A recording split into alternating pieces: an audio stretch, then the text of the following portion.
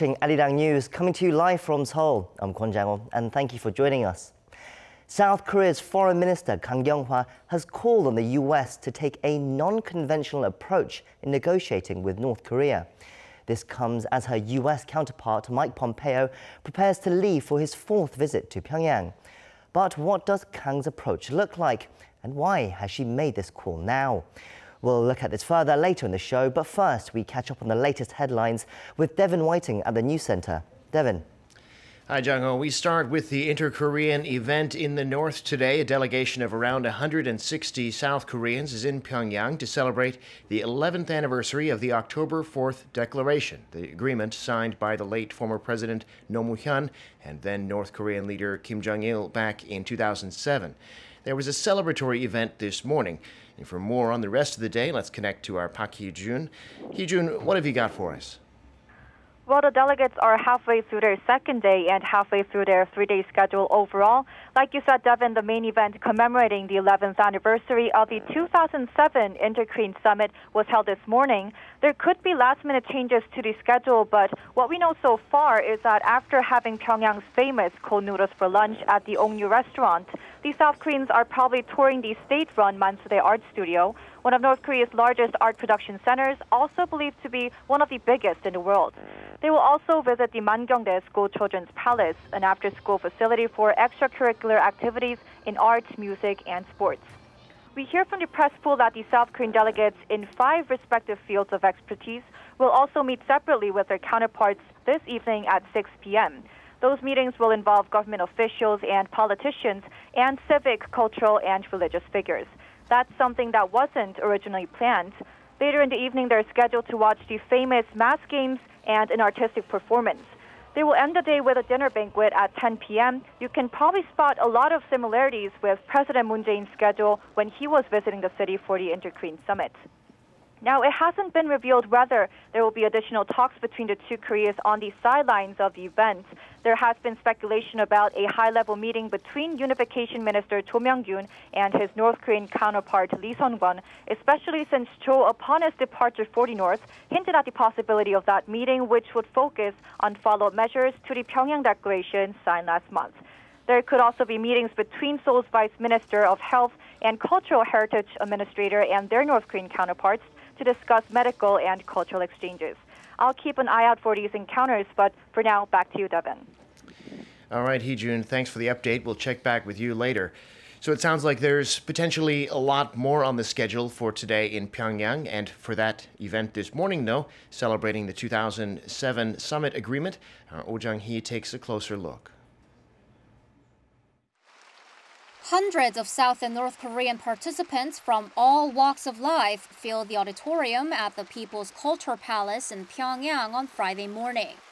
The mass gathering was to celebrate the 11th anniversary of the October 4th Declaration, the agreement that came after the second ever Inter-Korean Summit in 2007 by South Korea's late former President Roh Moo-hyun and then North Korean leader Kim Jong-il. North Korea's ceremonial leader Kim Yong-nam said, putting the past 10 years of confrontation and threat behind them, the two Koreas should now strive to implement the latest summit agreements. The leaders of the North and the South have left an indelible mark on history by having 3 summits and adopting the historic Panmunjom Declaration and September Joint Declaration. All Korean people in the North, the South, and overseas must strive as one to keep with these agreements. Lee Sun-won, who chairs Pyongyang's Reunification Committee, delivered a similar message, but in a stronger tone laid out specific fields South and North Korea should work on. He pointed to economic cooperation in particular. The two sides have worked to modernize railways and roads. We should hold groundbreaking ceremonies as soon as possible to forcefully implement the September Summit Agreement. And it's a pity that projects at Kaesong and Mount Kumgang are still halted. They are symbols of inter-Korean cooperation. Seoul's Unification Minister Cho Myung-gyun briefed the audience on the development in inter-Korean relations across various fields and stressed the two Koreas will be coordinating more closely than ever. The points stipulated in the October 4th declaration are now being practiced through recent joint declarations, and inter-Korean relations are improving to a new high level. We have also, for the first time in history, agreed on how to achieve denuclearization. South and North Korea will make every step together to build peace on our lands. The mass gathering lasted for an hour and a half with more addresses by representatives from the South and North. After the event, key representatives from the two Koreas, including Pyongyang's nominal head of state Kim Yong-nam and Seoul's Unification Minister Cho Myung-gyun, met separately once again to reaffirm their vow towards achieving peace and prosperity on the Korean Peninsula. 오정희, Arirang News. Meanwhile, North Korea's Vice Foreign Minister Choe Son-hui is in Beijing. She deals with nuclear weapons issues and negotiations with the U.S. and is there possibly to coordinate with China ahead of Mike Pompeo's upcoming visit to Pyongyang. Choe arrived in Beijing on Thursday on a trip that'll also take her to Russia. North Korea's state-run media say Choe's visit will lead to three-way talks between Pyongyang, Beijing, and Moscow. Choe is expected to seek support from both of North Korea's traditional allies as denuclearization talks continue with Washington. South Korean President Moon Jae-in attended a ceremony today for World Korean Day, a celebration of the estimated 7.4 million ethnic Koreans living in other countries. In a speech, he urged them to continue their support for peace. Our Blue House correspondent Hwang Ho-jun reports. The success and peaceful hosting of the Pyeongchang Winter Olympics and a new era of peace on the Korean Peninsula. According to President Moon, Korean expats around the world played a major part in making those possible. 한반도의 평화의 문을 연 것은 우리 국민과 재외동포 여러분의 하나된 열망이었습니다. And President Moon said he's now dreaming of bigger things. 남북이 항구적인 평화 속에서 하나가 되는 꿈. 여러분과 여러분의 자녀들이 자동차와 기차로 고국에 방문하는 꿈. 한반도를 넘어 동북아와 전 세계에서 함께 번영하는 꿈.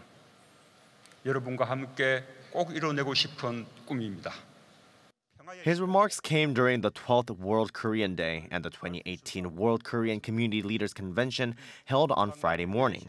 About 550 people were in attendance, including leaders of some 400 overseas Korean communities. The South Korean leader first expressed his gratitude and pride for Koreans overseas, asserting the history of the Republic of Korea and the lives of Koreans abroad are woven together. He then reminded his audience that Seoul and Pyongyang have decided to celebrate the 100th anniversary of the March 1st Independence Movement Day next year, insisting it will be a God-sent opportunity for South and North Koreans to restore a sense of kinship. President Moon said he hopes the celebration will become a national festival to be celebrated by the millions of ethnic Koreans across the world. He called for overseas Korean community leaders to take the lead. President Moon also pledged to do more to support Korean expats. He stressed how his administration has greatly increased the government budget to protect the safety of overseas Koreans. He also pledged to expand educational support for the younger generation abroad in areas including Korean culture, history, and language to help them remember their heritage. Hwang Ho-jun, Arirang News.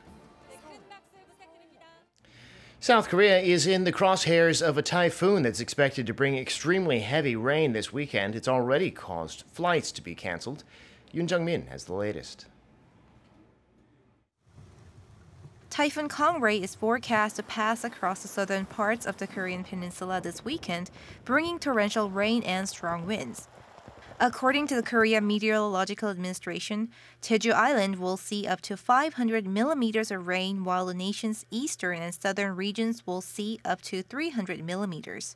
Kong-rey is expected to bring rain to the rest of the country as well. The weather agency advises residents to brace for any damage caused by the heavy showers and gusty winds. As of Friday, some flights departing from Jeju International Airport have been cancelled and dozens of ferry services have been suspended nationwide, with more cancellations and delays expected as the weather worsens. On Friday, Prime Minister Lee Na-kyun presided over a meeting at the country's Disaster Control Center with the Safety Ministry, the Meteorological Administration, and other relevant ministries to call on them to fully prepare for the storm. Lee called for the prevention of casualties and the inspections of facilities. The Safety Ministry also issued a warning alert. Currently, typhoon advisories have been issued for the waters near Jeju Island due to strong winds and surging waves. The wave overflow may flood coastal roads in the east and south of the country, and special caution is required in those regions. The weather agency added that the storm will gradually weaken by Sunday and shift course toward the northern part of Japan. Yoon Jung-min, Arirang News. I'm Devin Whiting, and those are your news headlines.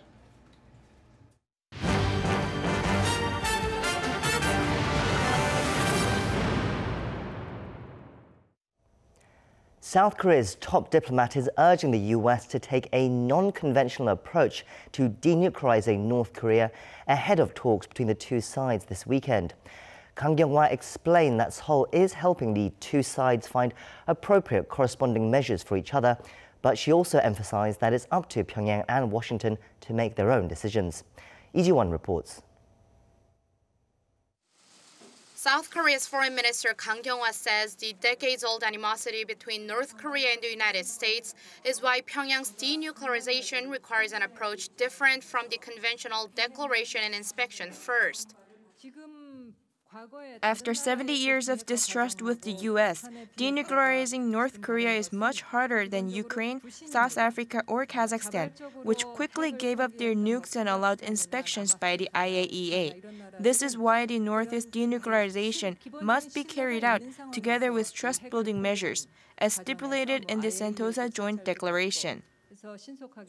Minister Kang made the comments at her quarterly press conference on Thursday when asked why South Korea thinks a different approach is needed. She had told the Washington Post in an interview published Wednesday that the U.S. should hold off on demanding a nuclear inventory from the North.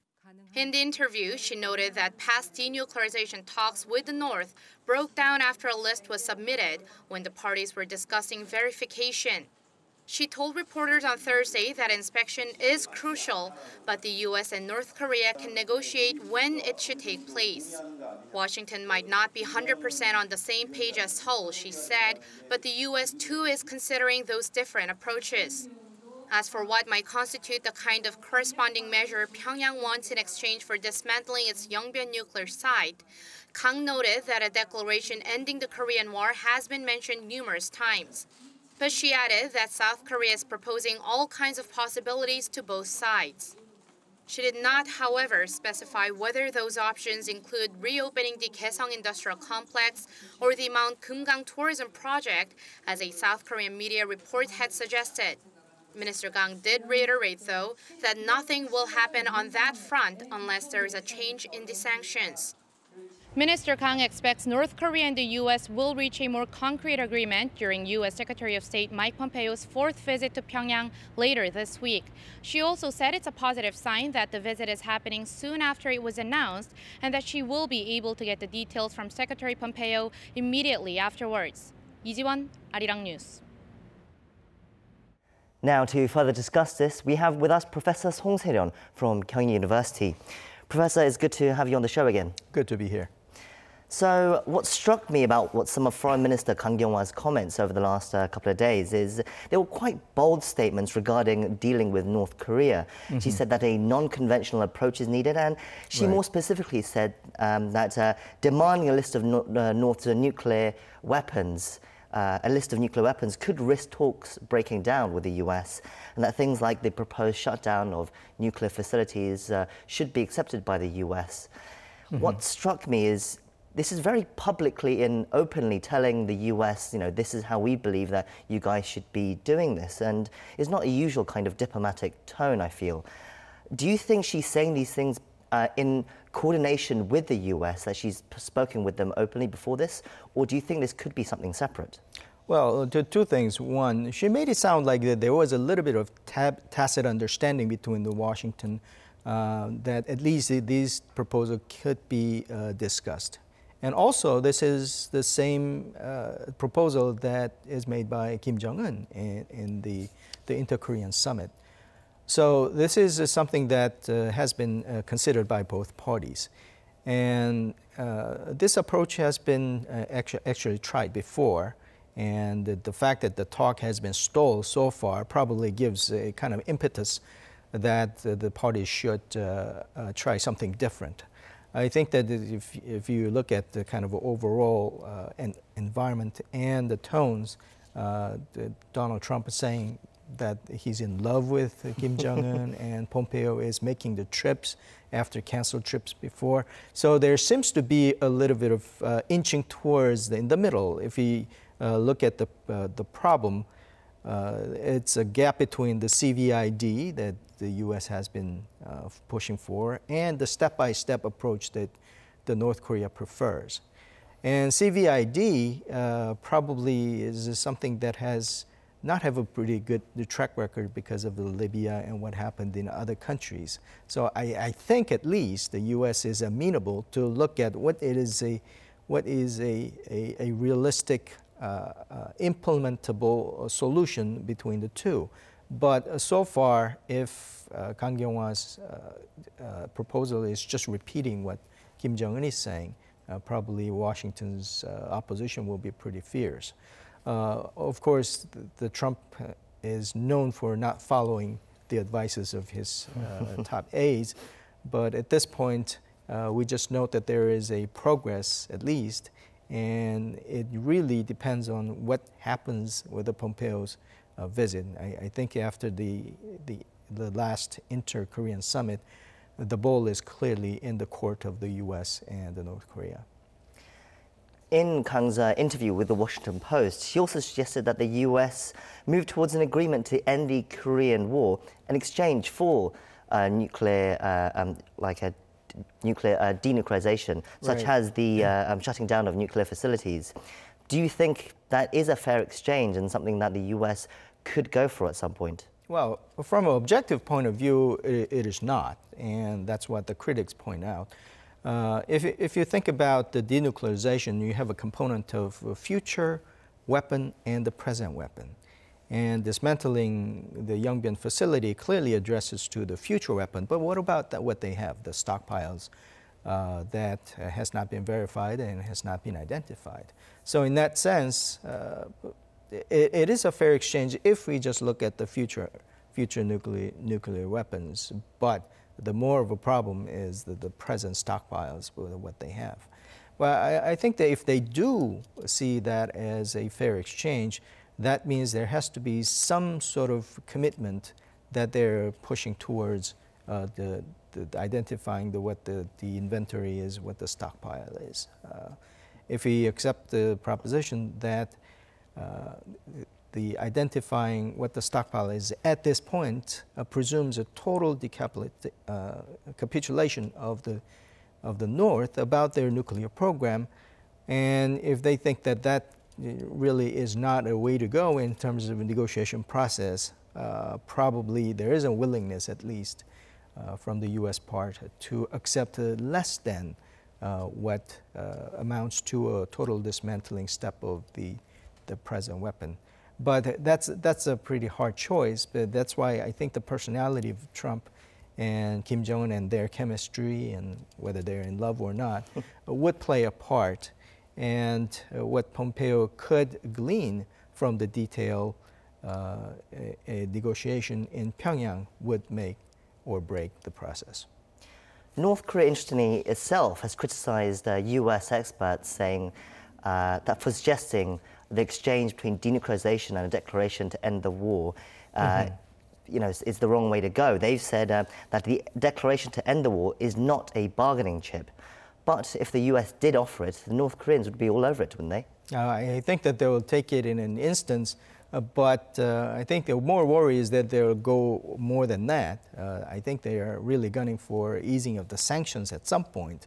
They don't want to bundle it at this point because they want it step by step. But at some point that they will say, well, if the U.S.'s demand is as such, then in order to comply with that, there has to be a sanction. So I think that discussion will be coming.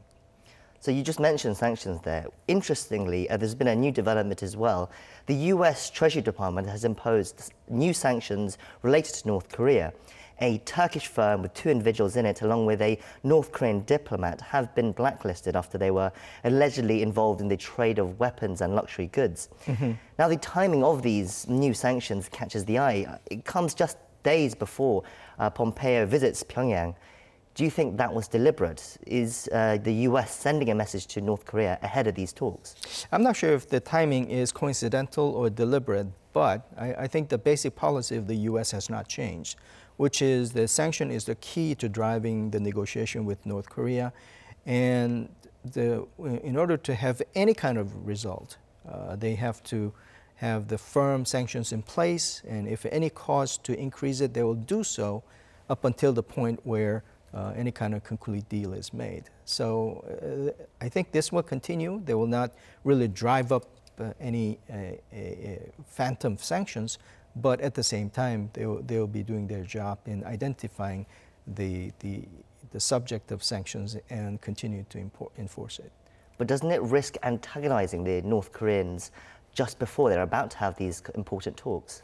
Well, if you look at the negotiating style of these 2 countries, probably they don't really go on in the aura of or euphoria of good feelings. I think they're very practical about it, and both parties have been trying to secure any kind of opportunity to say that we're driving a hard bargain, and if something goes wrong, we're ready to walk away.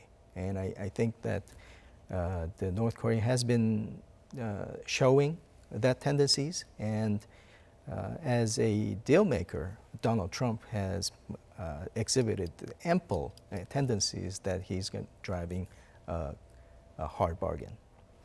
So just as Pompeo prepares to head for talks with North Korea sends its own diplomat overseas as well. Vice Foreign Minister Choe Son-hui has set off for China, and she's also set to visit Russia afterwards as well. Right. Now, again, the timing of this trip is interesting, I find. Does this show that North Korea is looking to coordinate with China before talks with Pompeo? In that sense, timing is very much deliberate. As I said, there is a very active negotiation process going on between the 2. And one of the most important things about the negotiation is the ability to say that we are ready to walk. We can walk away if the good deal is not presented to us.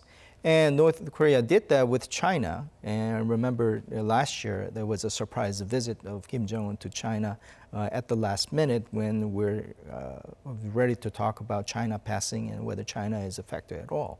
China is behind this screen these days pretty much, and is potentially a white knight for North Korea if the deal with the United States is not going well. And by the same token, the talk with Russia, any move between the North Korea and Russia probably can be viewed in the same vein, that North Korea is storing up or stockpiling the negotiation chips. A couple of things just before we go as well. So there are reports coming out from South Korean media suggesting that Kim Jong-un is possibly getting ready to visit Russia straight after these talks with Pompeo. He's reportedly going to visit Vladivostok. I mean, how credible do we find these reports, and why would Kim go at this time?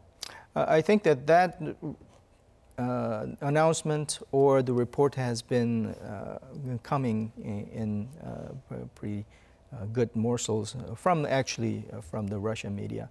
But that makes sense because Russia is one of the Security Council members and the regional power. So going back to negotiation dynamics, North Korea is well advised to have a close relationship with China. Of course, China has been a kind of lifeline of North Korea, but the Russia as well. And if you look to the future prospect of economic development, probably Russia can play a pretty big role. But even discounting that, the present situation where the Security Council members, 2 of them is well on the side of North Korea, would only be a good thing for North Korea.